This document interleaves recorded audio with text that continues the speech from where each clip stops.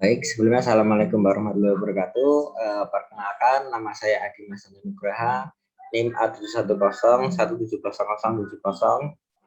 Di sini saya akan menjelaskan media pembelajaran yang saya buat.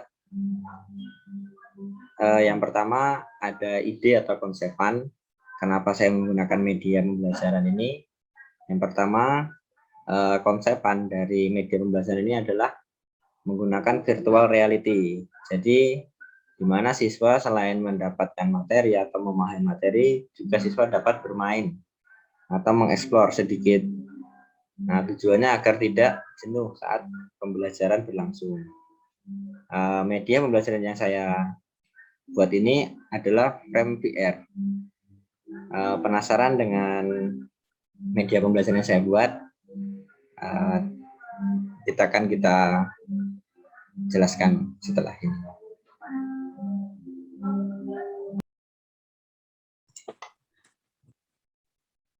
Ya, baik. Tadi setelah saya sampaikan beberapa aspek dari konsep, kemudian alasan kenapa memilih media pembelajaran menggunakan FrameVR, kali ini kita akan menuju ke materi inti. Ya, materi inti pada sore hari ini adalah pemanfaatan TIK dalam berbagai bidang. Nah, mungkin bisa kita lanjut aja ke materinya. Nah, ini ada 3 poin penting yang akan kita bahas pada sore hari ini. Yang pertama adalah perkembangan TIK, kemudian pemanfaatan TIK, dan yang terakhir adalah dampak penggunaan TIK itu sendiri. Terus kita next ke manfaat TIK. Ini saya ambil contoh ada 3. Jadi ada manfaat TIK dalam pemerintahan, kemudian manfaat TIK dalam industri dan manufaktur, kemudian manfaat TIK dalam bidang transportasi. Nah, kita bahas manfaat TIK dalam pemerintahan. Yang pertama, meningkatkan hubungan antara pemerintah dengan dunia usaha dan masyarakat karena informasi dapat lebih mudah untuk diperoleh. Nah, yang kedua, meningkatkan kepercayaan masyarakat terhadap aparat pemerintah dengan adanya transparansi kegiatan pemerintah. Yang ketiga, meningkatkan kualitas layanan kepada masyarakat, yaitu masyarakat dapat dilayani kapanpun dan dimanapun tanpa memandang jam operasional. Yang keempat, tersedianya informasi yang mudah diakses oleh masyarakat melalui internet. Yang kelima, hilangnya birokrasi yang selama ini seolah-olah menjadi penghalang bagi masyarakat dalam berhubungan dengan pemerintahan. Nah, itu adalah manfaat TIK dalam pemerintahan. Nah, kemudian ada manfaat TIK dalam bidang industri dan manufaktur. Ini dalam bidang industri, komputer digunakan pada proses perencanaan sebuah produk melalui program desain seperti komputer, gunanya agar produk yang diinginkan dapat dirancang secara tepat, mudah, dan memiliki ketepatan yang tinggi. Sebagai contoh, untuk menggambar bentuk desain mobil dibutuhkan waktu yang lama dan relatif sulit apabila dilakukan secara manual. Nah, jadi manfaat TIK dalam bidang industri ini sebenarnya cukup luas ya, mulai dari desain, kemudian perencanaan, kemudian pelaksanaan, jadi cukup luas cakupannya. Seperti contoh manfaat TIK dalam industri, saat mendesain menggunakan mesin alat-alat atau robot itu menggunakan TIK semua.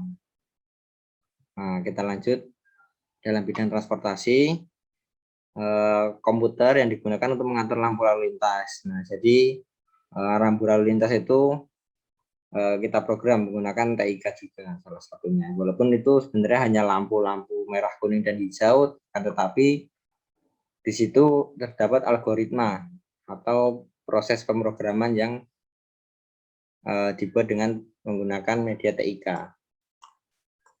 Nah, ini dari 3 materi, kita lanjut ke dampak penggunaan TIK.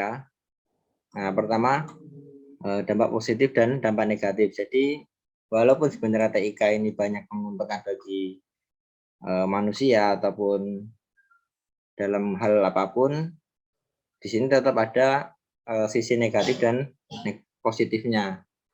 Nah, yang pertama dari positif, kemajuan teknologi komunikasi yang cepat dan mempermudah komunikasi antara manusia dari suatu tempat ke tempat yang lain. Nah, jadi sisi positif dari kemajuan teknologi ini, komunikasinya tidak terhambat. Dengan adanya TIK, semua lancar. Kemudian sosialisasi kebijakan pemerintah dapat lebih cepat disampaikan kepada masyarakat. Nah, jadi contoh jadi sosialisasi kebijakan pemerintah, semisal ada PPKM dan lain-lain. Nah, itu pemerintah dapat menyalurkan informasi menggunakan TIK, entah itu media sosial, kemudian ya masih banyak lainnya, berita-berita yang lain. Kemudian dampak negatif, ini adalah pelanggaran atas hak cipta, cybercrime atau kejahatan dengan sarana komputer, biasanya hacker-hacker itu dari sini. Nah, kemudian penyebaran malware, perangkat lunak yang mencurigakan atau tidak sumber jelasnya dari mana, sumber tidak jelas dari mana. Nah, ini ada sedikit cuplikan video yang saya ambil dari YouTube terkait perkembangan teknologi informasi dan komunikasi.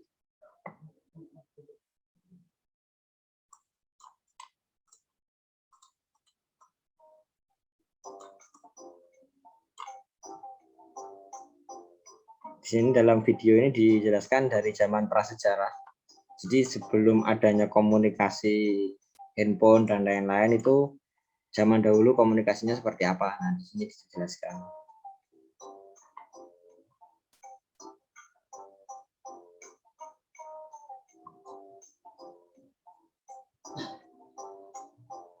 Nah, zaman dulu menggunakan lukisan-lukisan di dinding untuk menyampaikan informasi.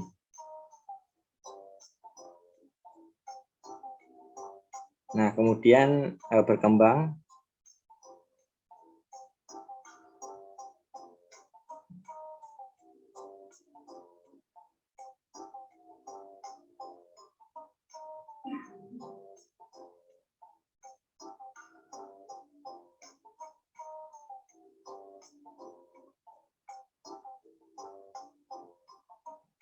Nah, sekarang udah ke zaman modern. Nah, di mana di sini tampak seperti alat perekam ya. Ini radio.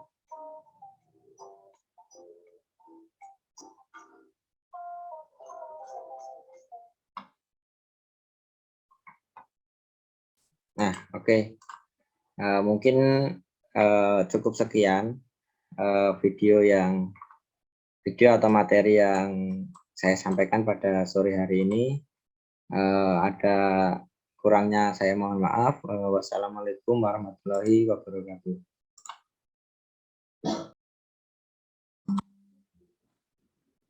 Oke, baik, kembali lagi bersama saya. Nah, setelah melihat media pembelajaran yang sudah saya tampilkan tadi, ada beberapa yang ingin saya sampaikan. Yang pertama adalah alasan kenapa pemilihan strategi ini menggunakan frame VR ya. Karena menurut saya ini menggunakan frame VR ini atau frame virtual reality ini sangat mudah dan dapat diakses ke semua laptop ataupun handphone ya, walaupun handphone masih terbatas sebenarnya. Nah, jadi lebih ke fleksibel pemilihan frame VR ini. Nah, dari frame VR ini ada beberapa catatan. Jadi ada kelebihan dan kekurangan nih. Nah, kelebihannya itu proses pembuatannya itu cukup mudah. Jadi tinggal drop gambar atau materi yang akan kita sampaikan. Kemudian juga bisa video juga ya, video pembelajaran. Jadi benar-benar mudah dibuat. Kemudian penyampaian materinya cukup mudah juga, bagi siswa juga cukup memahami. Jadi tidak monoton ya, tidak membuat kesannya media itu seperti itu aja. Nah, ada kekurangan juga. Kekurangannya itu ini penyimpanan ya. Penyimpanan memang harus besar supaya tidak lemot. Kemudian harus connect pada internet. Jadi ini bisa dikatakan online ya, pembuatan FrameVR ini tidak bisa offline.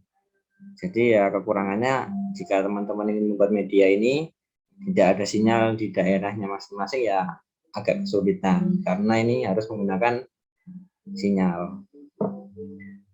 Saran saya ke depannya supaya media FrameVR ini dapat diakses dengan mudah, mungkin ada tutorial yang lebih gampang dipahami untuk bagi teman-teman yang masih pemula. Kemudian saran saya yang terakhir, kita bikin coba offline. Jadi bagi teman-teman yang terkendala sinyal, jadi bisa menggunakan atau membuat media dengan FrameVR ini. Oke, baik. Mungkin itu saja yang dapat saya sampaikan.